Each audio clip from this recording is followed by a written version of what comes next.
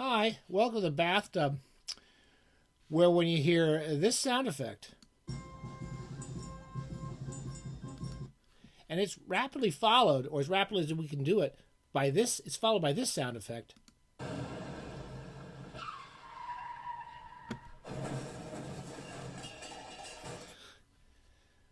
That's to test the limits of my technical expertise.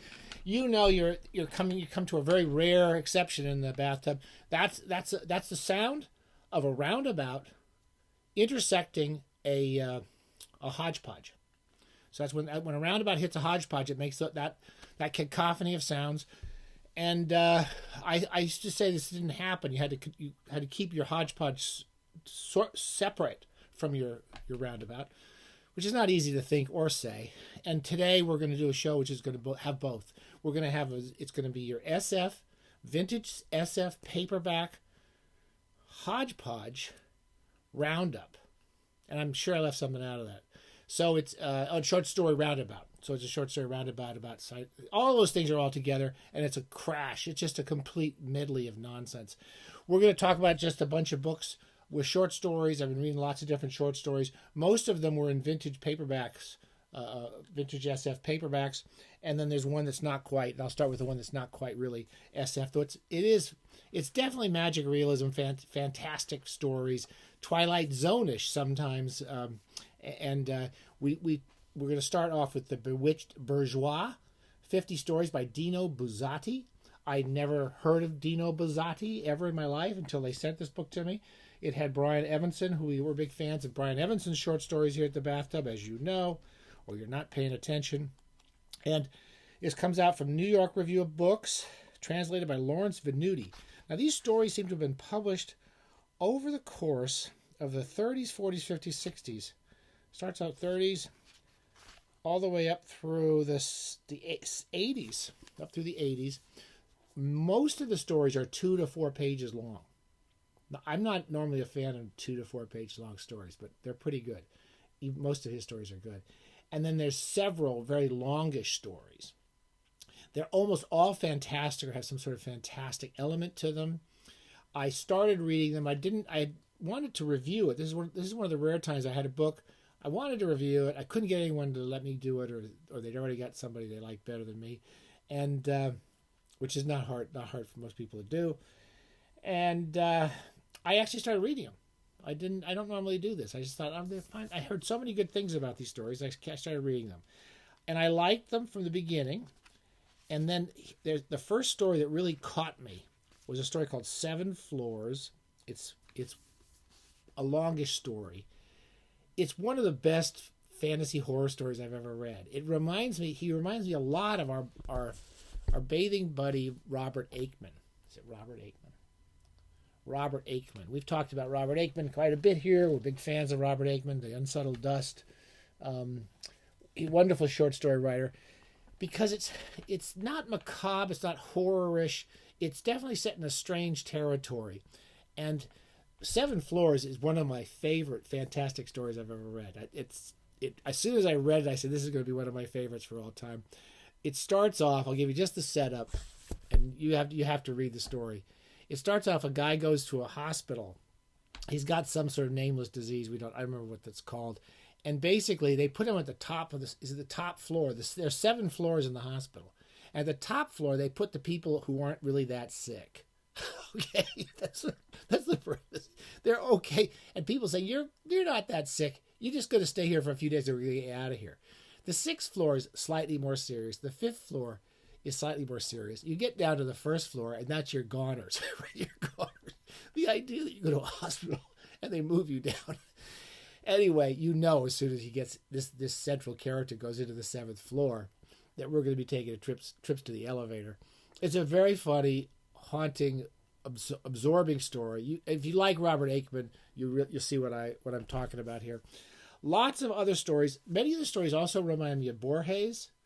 You would suspect that he might have been writing quite separately from Borges. I don't know that he would know Borges' work in the 30s and 40s, but he writes these very 2-4 page sort of they're sort of puzzle stories. I won't like Borges in a way, and they're like parables in a way. There's one story about a guy, I forget the name of the story, but he's going on a journey and he's leaving his kingdom. And he's got to send a letter back to the kingdom every day, every week or something. And as he journeys farther away and he sends the letter back to the kingdom, it takes twice as long for the letter to get back to him. Does that make sense? So every letter gets further, he gets further and further away from the world, and it's a very short but absorbing little story. And there was one very funny story called "The Saucer Has Landed." Again, there's a Catholic world that Buzzati's writing about, and it's about a couple of aliens that land somewhere, some Italian town, and they're fascinated by crosses because they think they're radio antennas. And I think the central character is like a cardinal or something like that, and he wants to talk to them about their religious beliefs. And it's got a very funny idea at the end. Anyway, this is a brand new book, really worth checking out if you like fantastic Calvino-esque, all of those esques, Borgesque, Kafkaesque, Aikman-esque. You'll probably like that. Here we get into the vintage SF part of the Roundabout crash. I read this cool book.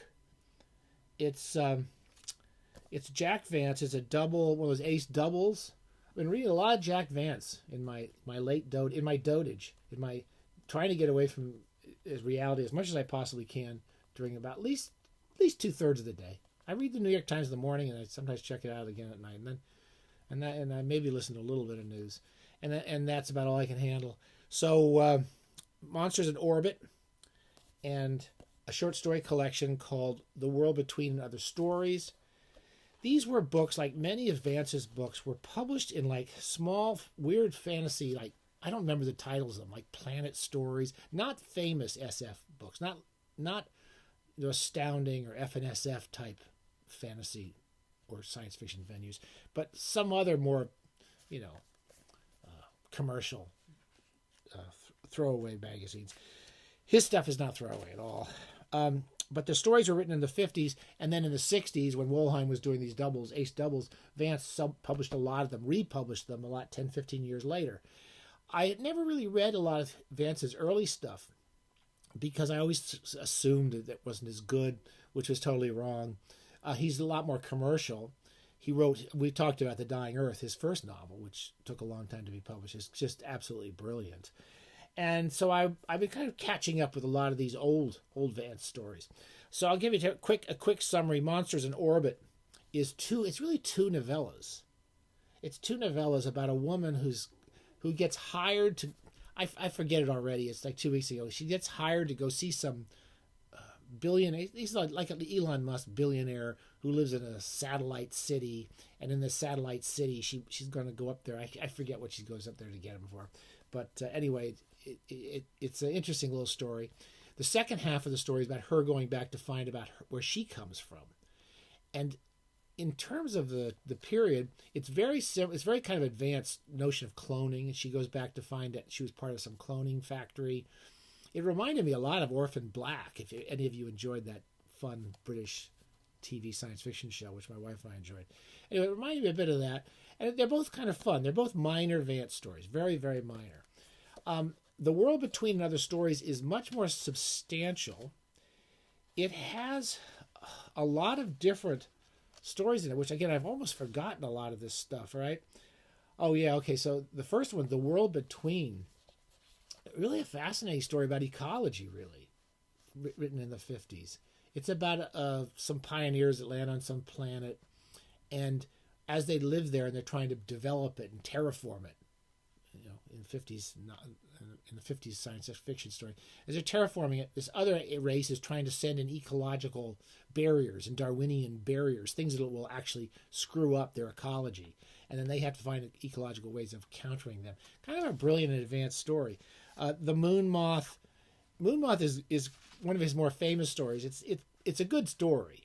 It's a good story. It's not in rereading it, I didn't like it as much as I did the first time. But again, Vance talks about alien cultures, and this is an alien culture where everybody wears a mask to show who they are. They wear a mask to show who they are. It's a perfect Vancian idea. Completely crazy story called The Brain of the Galaxy, and a story which I think I really liked, called Devil on Salvation Bluff, which I forget. And finally, a story called The Men Between, the title story. It's about a 10-page story. Beautiful imagery. It's about, I can't really describe it because it's been a while since I read it. It's about the idea that our universe intersects another universe. It reminded me a lot of Samuel R. Delaney's The Einstein Intersection, where somehow all physical laws get transformed, and human beings are sharing their planet with these creatures that have come out of this weird new notion of physics and biology. It reminded me a lot of Doris Passerchia. Again, these are writers who came after Vance, but whether they influenced them or not, I don't know. I really enjoyed it. Is there a passage I can read? I always like to read a little passage, especially for James out there. He's right. If I can do it, I'd do it. I'm going to read this passage right here. I don't know what's happening. This is from The World Between, very much an ecology sort of story from the 50s. And this is about the assaults this alien culture is doing against these people on this planet. The K assaulted on a grander scale. 3 large ships passed by night, disgorging a witch's cauldron of reptiles, insects, arachnids, land crabs, a dozen phyla without formal classification. The human resources of the Beaudry, the spaceship, were inadequate to the challenge. They began to fail from insect stings.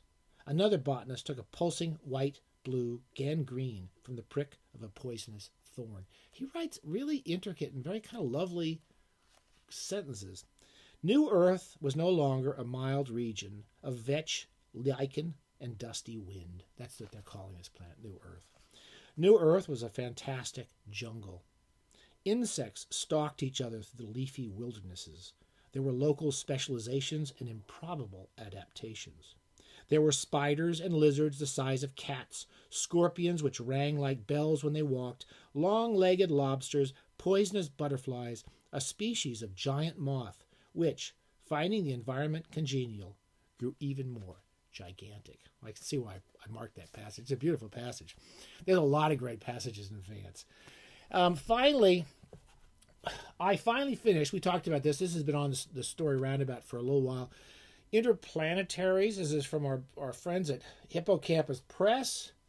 We didn't know we needed them until we started really enjoying weird fiction and weird tales and all the great writers from the 20s and 30s, such as Clark Ashton Smith and H.P. Lovecraft, who, as we've talked many times, I didn't really like when I was younger, and now I quite love both of them. This is their new versions. They've reprinting all the stories of Clark Ashton Smith. It's sort of a theme anthology. So there's one about Zothique? I forget. Zothique. And then there's one, there's 2 or 3 of them. There's one of California Tales that I really want to read. And this one is supposed to be interplanetary stuff because he wrote a lot of kind of people, astronauts going off to battle horrible creatures on other planets. The most famous is that one about the vaults of Yo-Vombus, which is a really great horror story about vampires on Mars or something. And there's giant worm stories and stuff like that. These aren't always my favorite stories. Yo-Vombus is great. And they're good. They're all worth reading and all fun to read.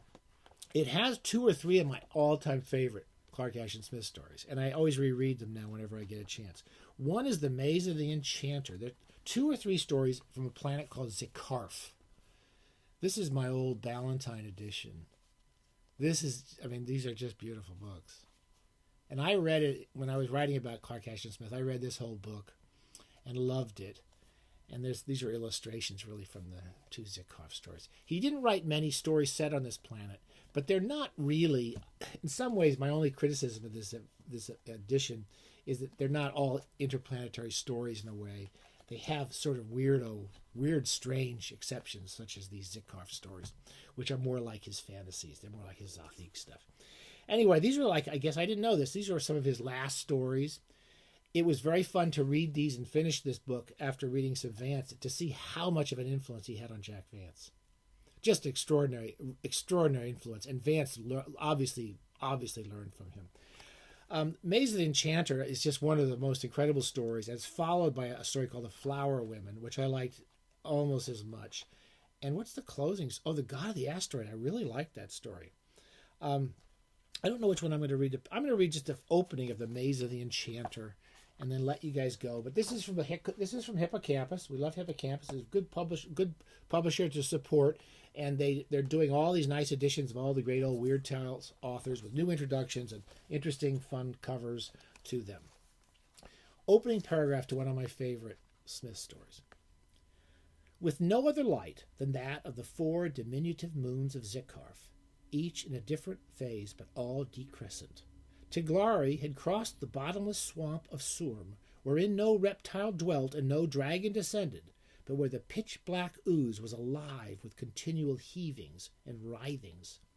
He had carefully avoided the high causey of white corundum that spanned the fen, and had threaded his way with infinite peril from isle to sedgy isle that shuddered gluttonously beneath him. He describes these weird, nightmarish landscapes in many stories. When he reached the solid shore and the shelter of the palm-tall rushes, he was equally careful to avoid the pale porphyry stairs that wound heavenward through dizzy, nadir-cleaving chasms and along glassy scarps to the ever-mysterious and terrible house of Mal Dweb. The causey and the stairs were guarded by those that he did not wish to meet, the silent, colossal iron servitors of Mal Dweb. Mal Dweb is this kind of big, powerful enchanter who's very similar to the laughing magician in the Jack Vance stories. Anyway, I love rereading it, and I'm going to keep rereading Jack. Both he and Vance have just become, they're late life pleasures to me. And Vance was, when I was a kid, I enjoyed too. All right, stay safe. Watch out for Akma. Akma's out there. Amazon and the Washington Post can kiss my ass. It's a shadowy, nebulous organization that tries to get you to buy books from anyone you don't hate. Someone who's a good person. Hopefully your local bookstore, and if you have to buy online, some possibilities, okay? And if they turned out to be jerks, you stop buying from them too, okay? Stay safe. Lots of great reading. Don't read too much. Don't read the newspapers too much. Stay safe.